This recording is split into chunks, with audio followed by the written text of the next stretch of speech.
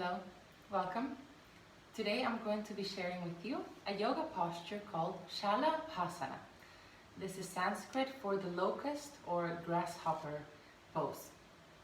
It's a pose that has many different variations and I'll show you a few of them. And the benefits of this posture are that it strengthens your legs, it increases flexibility in your lower back, your hips. It increases your stamina because it can be a little bit of a challenging posture to hold for long periods of time. So usually you do it in sets, like you practice it for 1 minute, take a little break, and then you practice it twice more. Just for example, you can do it as often as you like, as long as you're taking care of your body's needs. And well, I wanted to say limitations, but yeah, limitations, which can be slowly overcome, yes, but without forcing it. What else? So, yes, this posture also works on Svadhisthana chakra. So this is the sacral chakra. It's the chakra of sensuality, sexuality. It's also the chakra of imagination, creativity. And so actually this posture activates it quite strongly, especially on a physical and energetic way. So you can think of the effects that yoga poses sometimes have on, well, they tend to have effects on the chakra, and the more physically intense a certain posture is, the more it tends to have this kind of physical and energetic effects. And when a posture is more comfortable and meditative, because of its nature, you tend to be able to go into the deeper levels of that chakra. However, also if you were to hold a strong physical pose for a long time, it also would go into the deep levels. Anyway, all these chakras, everything is connected. I know that sounds very new agey, but it's true. So, what else to say about this posture? Yes, so I haven't seen it in the traditional yoga texts. However, it has been mentioned by some pretty well-known yogis, such as you can see it in the BKS Iyengar's book Light on Yoga. He mentions it there. Also, Swami Shivananda makes a reference to this posture, and Swami Vishnu Devananda also has a book in which he makes a note about this posture. So, this does allude that this yoga pose is coming from traditions. There are, again, many different ways to practice the posture. For example, in Bikram yoga, the posture is practiced in 3 different stages. I personally don't practice Bikram yoga, so I won't be presenting that which I don't practice, because I don't find it really having any points.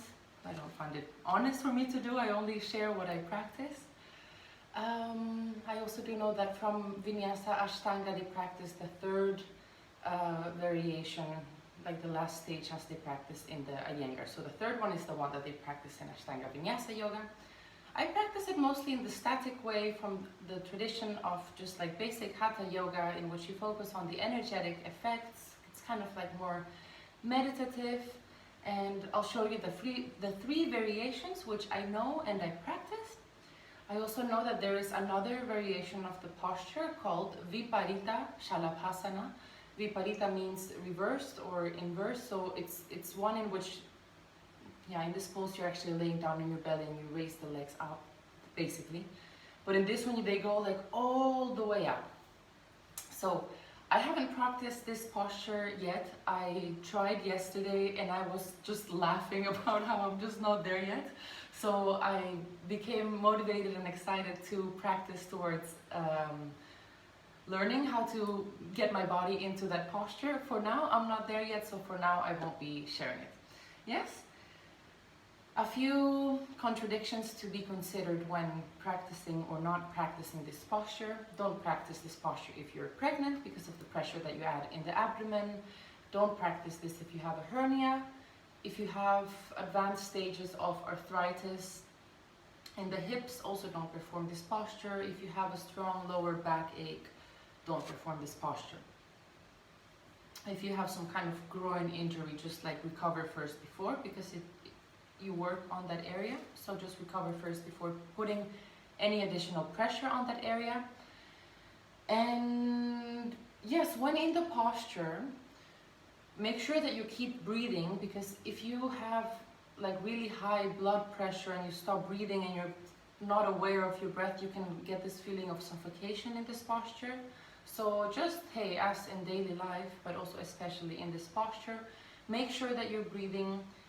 If you start feeling this feeling of like it's difficult to hold the posture, deepen your breath, and especially extending the length of your exhalations will help you to create a sense of relaxation in your body that helps you hold the pose for just that little bit longer.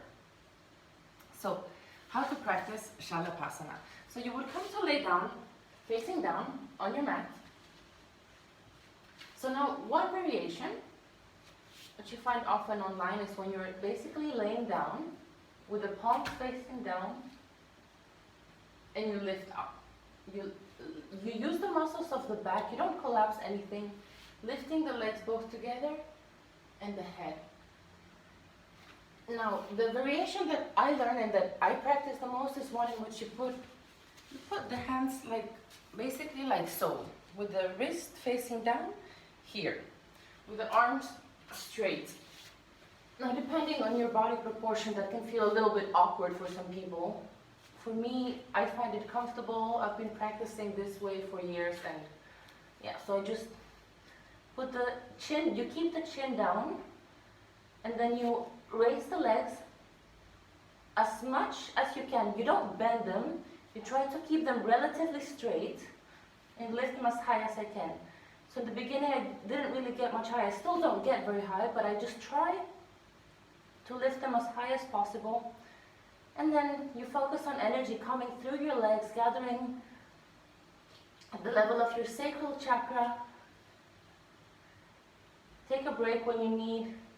Usually start with maybe 30 seconds, but then eventually build up to a minute, maybe even 2 minutes. Take a break, take a few deep breaths and go again. If you find this really difficult, you can do it alternatively, raising first the left leg. You'll notice you might be able to raise it a lot higher, but you actually keep the hip down. Yes, and you count and you would do it for the same amount of time with the right leg. So those are two variations. Now another thing you can do, the following two variations have less of a strong effect on Svadhisthana chakra, but you can practice them to really, get your body moving and to increase your flexibility and overall body strength and stamina. So in another one, you would just lift both.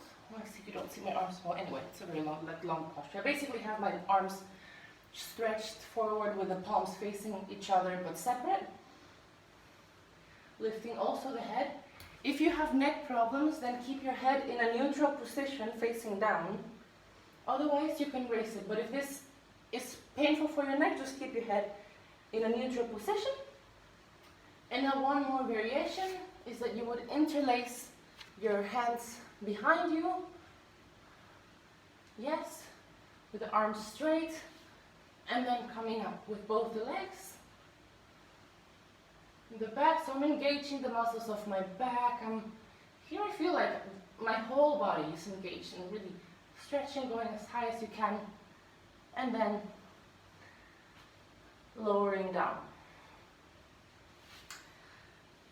Yes, so after you get out of the posture, you can just actually, for example, just stay here, relax and feel the effects of the posture, and then either continue with your next posture or have a short shavasana and then continue with your day, or however you like to approach it.